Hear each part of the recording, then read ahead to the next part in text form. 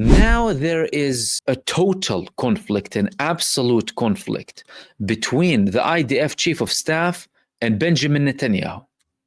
Now, Benjamin Netanyahu had a statement during which he stated, we have objectives of the war. We want to bring back the Israeli prisoners of war, but the bigger aim is to get the victory over the enemy. So he made this statement today. We want to return the 59 kidnapped.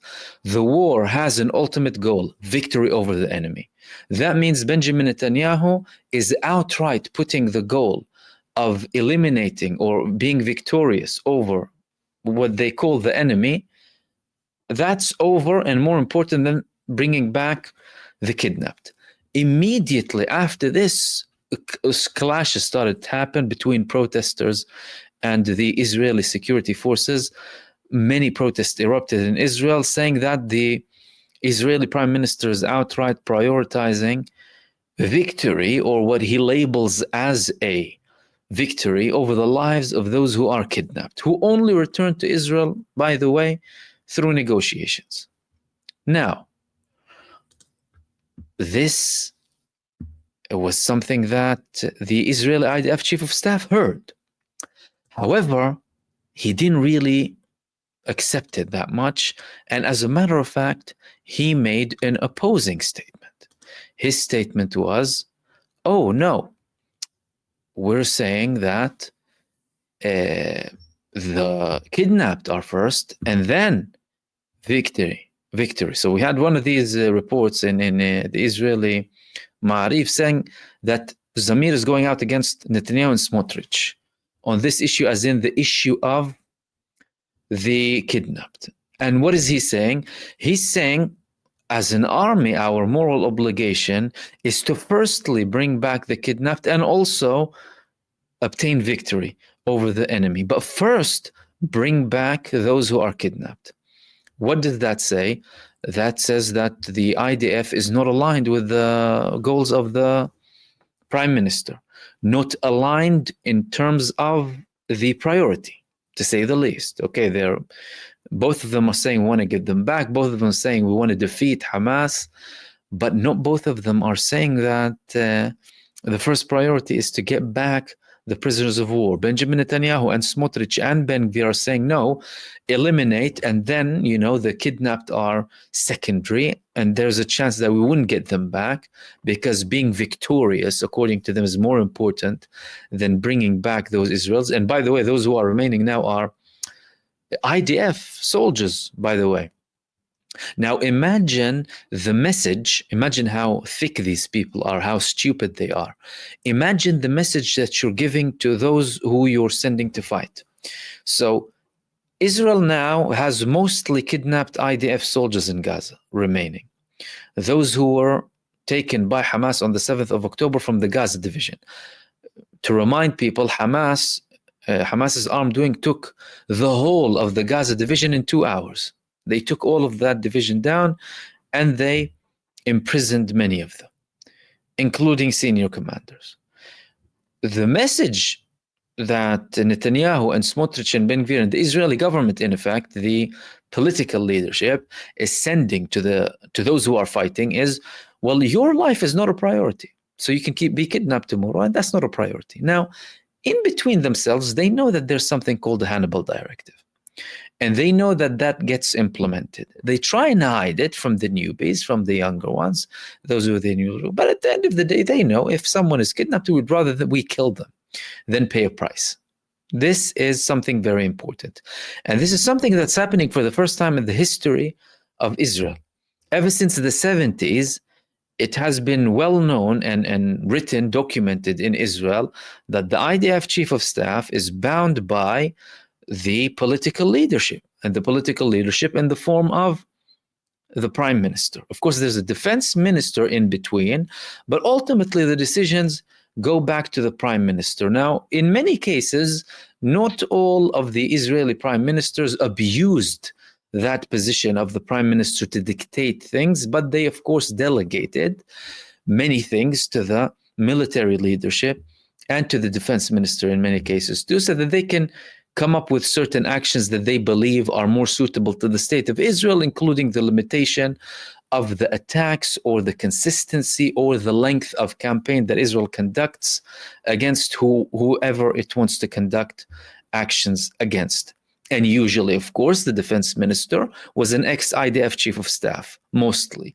Now, in a very rare example, the Israeli defense minister, or the genocide minister, to be more accurate, he hardly has any history in the Israeli army.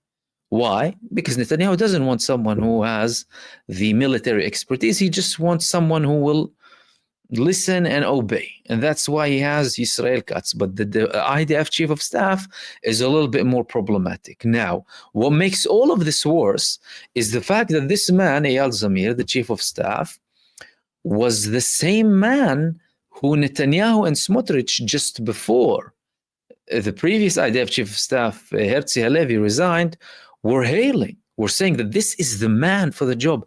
This is the man of the hour. This is the man who's going to occupy Gaza and going to expand the operation. None of that happened. None of that happened. And now we reached a level where Smotrich is saying in the meetings that they're having in the smaller cabinet, if someone else wants the position, welcome. Meaning, you can get the hell out and we'll bring someone else. Imagine the approach that the political leadership and that a finance minister has towards the IDF chief of staff. Bezalel Smotrich isn't any security expert. Bezalel Smotrich is a man who is supposed to be a finance minister. And he has a ministry in the Ministry of Defense, a minister role in the Ministry of Defense. Netanyahu, of course, had to come up with these new roles so that he can make something work. And that was, by the way, something that caused him a lot of problems with the previous defense minister, Yoav Gallant, because he started to take more authority.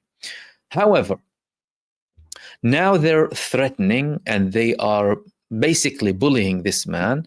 And reports in Israel are showing that they actually had, again, heated conversations in the cabinet meeting, in the smaller cabinet meeting that took place between Benjamin Netanyahu, the defense minister, the IDF chief of staff, and two other senior figures. This is Israel, and this is the country that is leading what they call the war of revival and the most important war in Israel's history. And this is what's happening between them. Now, officially, he's declaring that he's going to send more troops to Gaza. But that, again, is a statement that totally contradicts the reality on the ground. The reality on the ground is, well, he himself, the same IDF chief of staff, said that if we do go to Gaza in bigger numbers, we're going to have a horror scenario. Many would be killed. And there was also a mention of the lack of numbers. They can't make up the numbers to go into Gaza and have a very large campaign. Over half are refusing.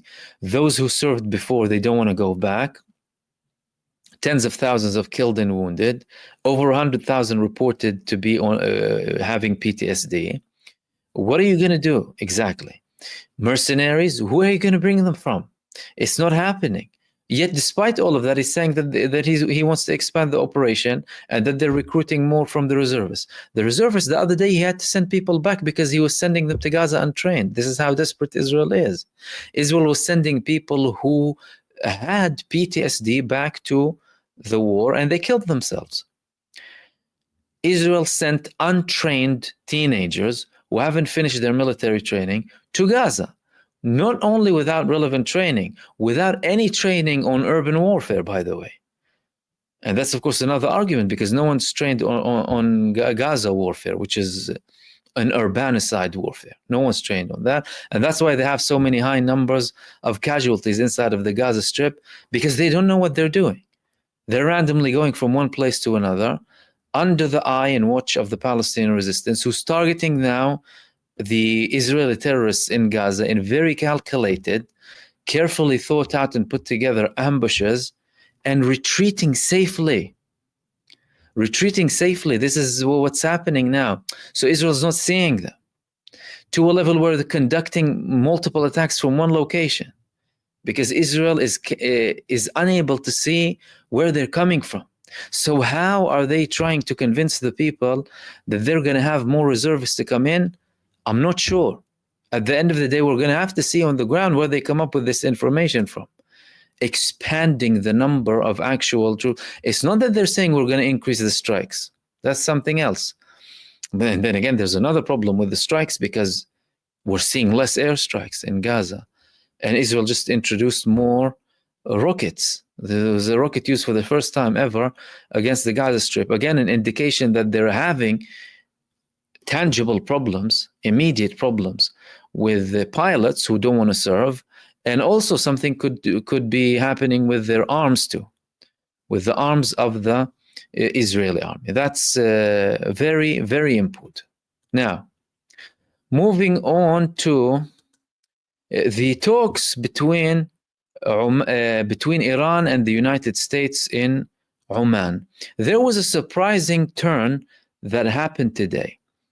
What happened today? Well, there was a report that these talks, they actually paused. No more talking. The United States and Iran, they're no longer talking after they had consecutive weeks, during which they were talking and they were negotiating and they were saying there's positive talks as well and everything's going fine. Now, there was this report came actually in the Middle East Eye, saying that no, actually these talks have stalled. Now, according to the report, they're saying it's not necessarily a breakdown. However, Washington has significantly escalated its threats against Tehran. Washington is increasing the tone against Tehran, and that is leading to the stall. Those talks stopping now, at least temporarily. Now, the interesting thing is that there were two different statements coming from Iran and from the United States. From an Iranian perspective, they said that there have been technical delays. The reasons for the delay are technical. In relation to the United States, they said, well, oh no, we actually didn't have anything planned yet. We didn't have any planned talks this week. So clearly something is happening there. Trump is escalating his tone. He is threatening any country that would be dealing with Iran with more sanctions, saying don't buy Iranian oil, trying to apply more pressure so that he can potentially extract more from the Iranian position. But the Iranians, from their side, they're sticking to their core conditions in relation to the negotiations. Another argument that's coming from the United States is the United States Secretary of Defense saying that Iran is actually in charge of all of these problems happening from Ansarullah. And this is the other thing that I wanted to talk to you about. Ansarullah in Yemen. They are increasing the attacks against Israel, and today they declared that they carried out multiple strikes against Israel. And one of them was in an area called Ramat David. Ramat David is an area, is a base that is very significant for Israel. It is very large in size. The previously Hezbollah targeted this location, but now Ansarullah are targeting this location again. Okay, let's have where's that link go? See, okay, now the link is not opening for some reason. Anyway, they said they targeted occupied Haifa because this area, this base is actually in the near the Haifa area. They have targeted it. They said we landed it successfully. They also said that we carried out an attack against a vital target in occupied Jaffa. So not only that they're targeting Haifa, no, they're targeting Jaffa too. Then there was another declaration coming from one of Ansarullah's top figures, al-Bukhaiti, again reiterating that even if Britain joins these attacks, it's going to be ineffective because they're going to continue with their attacks. And millions of people in Sana'a are protesting and supporting their leaders in their continued attacks against anything linked to Israel in the Red Sea. Now, the interesting bit came in the form of, you can call it an offer. I mean, it was during a statement. J.D. Vance made a statement. He had an interview actually on Fox News, during which he said, if Ansarullah stop their attacks on ships, then we will stop our attacks tomorrow. Meaning, well, we're willing to reach a deal with them. He said they can go back to whatever they were doing before they started to attack. Why is this not like a normal statement? For various reasons. Number one, the United States is trying to portray Ansarullah as this terrorist organization wreaking havoc, right? Attacking every ship left, right, and center, even though the people said we're conducting attacks against any Israeli-linked ships. And the United States, of course, and the UK, they put themselves in the picture in defense of a genocidal entity butchering children, and therefore they started to take fire too, of course, because they're attacking Yemen. Now, the interesting thing is the United States doesn't have a problem with Ansarullah, according to J.D. Vance. Why? Because he's saying you can go back to whatever you were doing the day before. That means they don't have a problem with Ansarullah or their ideology or them being in power. They just have a problem with these people conducting actions that affect genocidal Israel. That is the only problem. And that is a very interesting statement too. Now, instead of J.D. Vance going back to Trump and speaking with Israel, who has been killing people for the past 1.5 years in its barbaric genocide, and telling them to stop. That is the only way you can stop Ansarullah, because these people, they were monitoring the ceasefire. I mean, they said we will only stop once the war stops, once the genocide stops, and once Gaza has aid in, the siege is lifted. When the siege was lifted, when aid started to go in, and when there was a ceasefire, they stopped. But they said we're going to be monitoring it very, very carefully. Yemen has been the only country that took such a strong position against Israel. They said, we will be monitoring everything that you do. 2 days, even 1 day before the ceasefire took effect, they were still attacking Israel. And they were declaring that these attacks are to support the Palestinian negotiator. Why? To show that we have leverage. Israel needs to know that they will be suffering in the Red Sea, and we will attack them if they go back to the war.